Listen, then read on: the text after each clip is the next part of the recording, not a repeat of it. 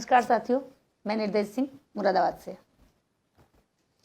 साथियों, आज से एक व्रत शुरू हुआ है जिसका नाम है छठ पूजा, जो कि भारत में प्राकृतिक पूजा के नाम से भी मनाया जाता है।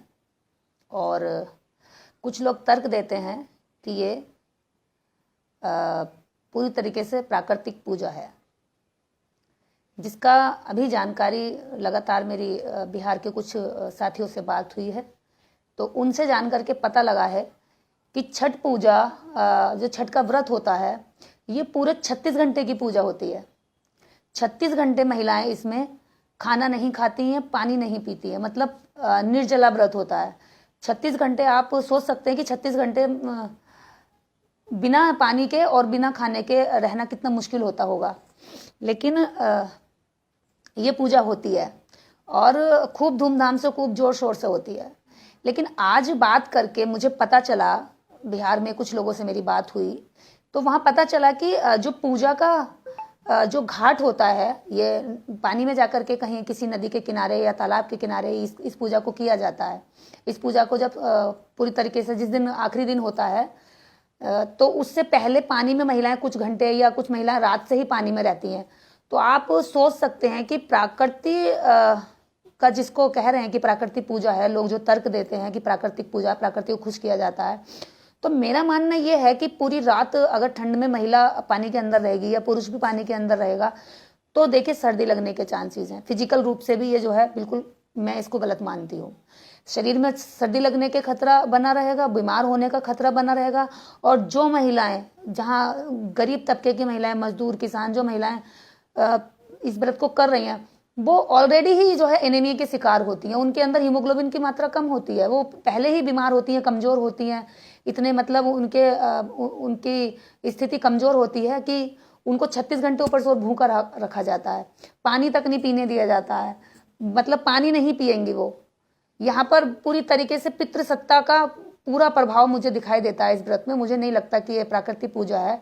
यदि ये प्राकृतिक पूजा है, प्रकृति इससे खुश होती, तो दुनिया का जो संयुक्त राष्ट्र देश है, जो अमेरिका है, वो सबसे पहले इस पूजा को करता, क्योंकि वो तो पहले उन चीज़ों को करता है जिससे प्रकृति अच्छे से आगे बढ़ सके।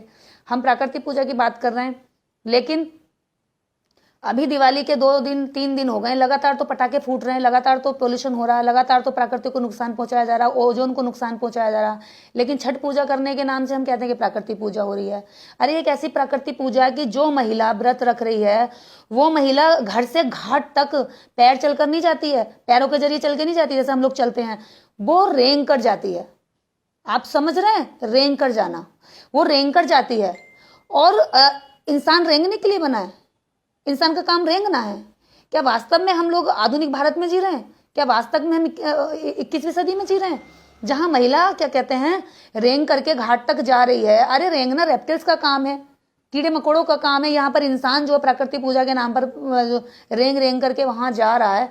तो ये क्या हम लोग कौन सा भारत बनाना चाहते हैं? क्या लोगों को सीख देना चाहते हैं? क्या आगे बढ़ने की इसमें कोई काम नजर आ रहा है? मुझे तो नजर नहीं आ रहा है। महिलाओं को आप सोचते हैं कि 36 घंटे भूखा रखा जाए, व्रत किया जाए, और उसके बाद में उसको जो पानी के अंदर घंटों ठंड में खड़ा करके रखा जाए। और ऐसे नहीं एक बार आता है, साल में ये 2 बार ये व्रत आता है।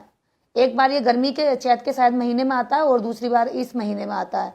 तो ये 2 साल के 2 बार इस व्रत में महिलाओं के साथ में जो 36 घंटे उसको भूखा रखा जाता है, उसको जो रेंग करके वहां जाना पड़ता है। मुझे ये चीज़ बिल्कुल नहीं भाई। आज जब मुझे पता चला, बिहार कुछ लोगों से बात जब मेरी हुई, उन्होंने बताया कि महिलाएं घाट तक रेंग कर जाती हैं, चलकर नहीं जाती हैं, और नाक से लेकर यहाँ तक सिंदूर भरा होता है। मुझे तो ये देखकर भी अजीब लगता है कि कैसे हम लोग इन महिलाओं को समझाएं कि ये जाने कि अपने मानवीय मूल्यों को तो कम से कम पहचानें। उनके लिए तो आप आगे आए, उनके लिए तो आप लड़ें।